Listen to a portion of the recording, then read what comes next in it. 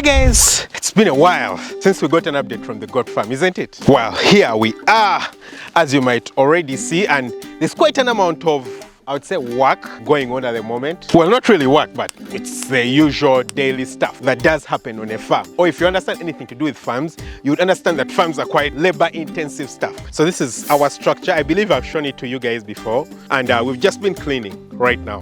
I'll just get in. So it's about, what? 11 a.m. in the morning, and you can see, yeah, so here is a spade that we utilize to clean out the house. This is a bag that has, you know, goat droppings, and we've just been cleaning out the goat house, as you might already see. Yeah, so this side we do have the big animals, the mature ones, and that side we do have the, you know, the kids and the lambs. Hey guys, where are you? All right, there they are. You can see the lambs. No, those are kids now. Those are 3 kids. Yeah, we have 1 lamb. It's a bit grown up, so for it has gone with the rest of the animals. Initially, we lost quite a number of kids. Maybe 3 or 4 because of, I believe, naivety. You know, the guys really didn't know how to deal with them starting out, and you know, we lost some of them. One of them actually ended up running away. One of the guys was working here ended up running away, and I had to, you know, make a few changes to make sure that, you know, we have a bit better sustainability. Now we've got 4 young ones, and they're starting to grow. I mean, yeah, so it's not a bad point to start at. Yeah, so the little ones stay behind. The big ones have just gone out, and they're just going to graze right now. So I'll go and show you guys, you know, where they do graze from. Yeah, because the guys are just taking them out right away. Yeah, okay, so we'll just go down the hill. I mean, it's quite steep, really steep. Again, another look at our goat house. Very beautiful, right at the top of the hill. So you can see the very beautiful view of the farm. Very, very beautiful. And again, the goat house right there. This is where the guys stay. Yeah, everything is run on solar. And this is the goat house. Very beautiful, yeah. And that is our water source, our current water source. I mean, all the rainwater falls in there. Again, we don't get too much of it. But we recently built a place where we're going to be placing a tank. So I'm going to place a 10,000 litre tank, actually, very soon. I'm going to place a 10,000 litre tank right now, and it will be, you know, getting water from the roofs right there, and all the water will be arrested in here. That will be enough to serve the animals. Hey goaties, so you can see some of the goats right here. Here we go, and you can see the rest right here. So this is, you know, some sheep and goats. So they're just starting to graze. I mean, there are not so many, like I've said. This is the lamb, the 1 lamb that was recently delivered. Yeah, it's moving out, but I honestly don't know if it's fit enough to move out. Anyway, it's quite strong because the father, in fact, both the father and mother were a really good breed. That's the father right there. Yeah, he's a doper, of course, not pure breed, but a bit close to being pure. And this is him. So the parents are really good, as you might already have seen. And you know, you can see some of the grass that we do have right here. So we'll just take a quick walk. You can see them grazing right here. We'll just take a quick walk around. Okay, so before, the place was really, really bushy. Like, I mean, really bushy. But the guys have tried to slash it. Yeah, we had a lot of weeds. I mean, a lot and a lot of, oh, this is really good. So I can see that recently they did slash this area right here. Can you see this, guys? Yeah, so recently they did slash this area. I told them that, you know, it's not quite difficult. Yeah, it doesn't matter when you're grazing, slash where you're grazing. Yeah, that's it. Just slash where you're grazing, so that slowly by slowly we reduce the bulk of the weeds.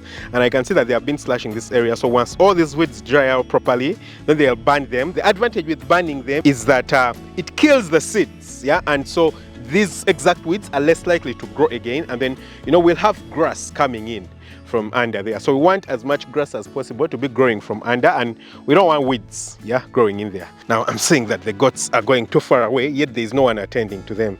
I mean, the guys were offloading stuff, and the bucks are leading the journey. Yeah, so there is 2 bucks that are leading the journey, and one of the sheep. Yeah, it's a big sheep right there. They're leading the journey. I don't think I like the fact that they're moving really far away, so I'll go and stop them. All right, so here we have managed to get around and stop them from moving further away. I mean, I'll keep them right here as the guys are coming, yeah? And we'll probably have a very quick chat from here. You see, something really funny is that when I was purchasing this area, everyone I know who knows me, who cares about me, told me I was making the wrong decision. Because guys, the place is rocky. I'm quite honest, the place is really rocky. Let me just show you around me. I mean, take a look at that. Look at all these stones. Take a look at all this. Yeah, take a look at all this. I mean, all this. It's a lot of stones. But the stones can be moved. So what I discovered is that the original people of this area, you know, the original owners and the people around the area, what they do is that they gather the rocks together. So they get like this rock, put it together in that heap, you know, get all these tiny rocks, put them together in a heap like that. And so they will have areas where there is soil, yeah? So what happens is that you will notice that all the rocks are in like heaps or things like that. And there's areas where there's soil, and it's in these areas where, you know, they would grow their crops. So when I saw this, and I was like, well, it looks like the land is not as terrible as people do think. I told myself, I'll pay for the land, yeah? I told myself. In fact, the first section I bought was even much worse than this. At least here you can see a lot of soil. I mean, the other one had like huge rocks which you can't move. But I had, I would say, the vision, the ability to see in front and understand that, well, these guys could sell to me later on. But the other thing is that since it was so rocky, I could negotiate, yeah? I could negotiate a price. I mean, I could negotiate a lower price because the place is very rocky. It has a lot of stones. And I was thinking to myself, I think I can bring the price down. And guys, I was honestly able to bring the price down, yeah? I honestly feel like I paid a bargain for the place, yeah?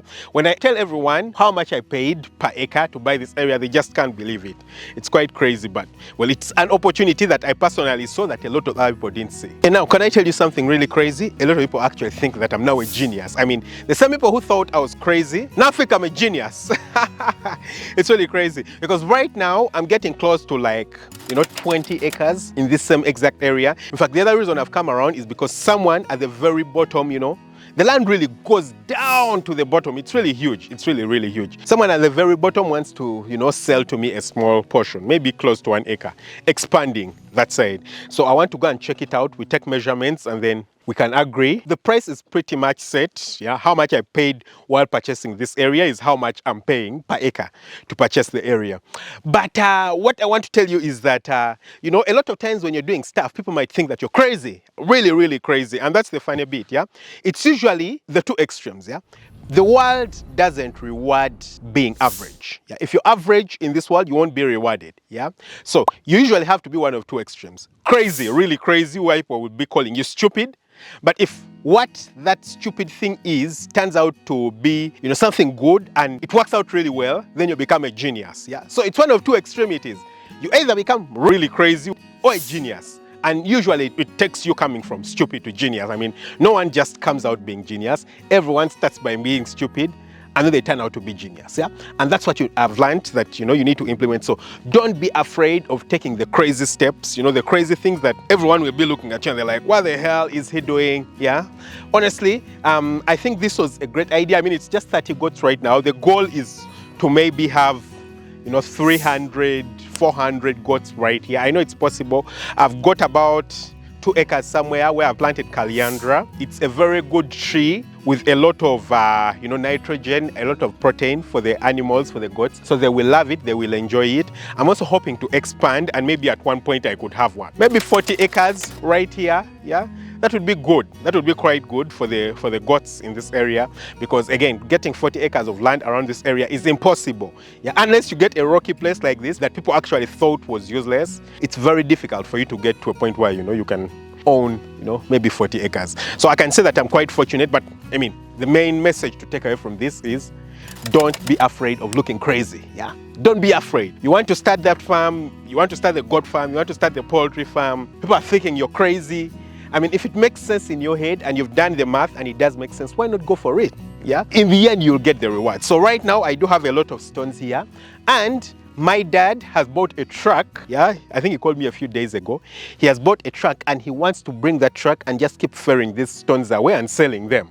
Yeah, because honestly, for me, it's not business that I want to do. Of course, the stones are very valuable, but he's my dad, why not? Yeah. So if he's going to pay the laborers, his workers to come and load the stuff, let him come and go and load them and sell them. I also get my place cleared, so I have my land cleared. While he also gets money by selling the stones. So, I mean, there's mutual benefit. Yeah. So in the end, I'm going to benefit. He's also going to benefit in that he's going to have more money available to him. And in the end, the decision was actually a good one. That's how it has turned out to be. So tell me what you think about this, guys. Yeah, I think I'm loving what we are doing here. Don't forget to hit the subscribe button, smash the notification bell. That way you never miss out on an upload. Catch you very soon with another video. Lots of love. Bye-bye.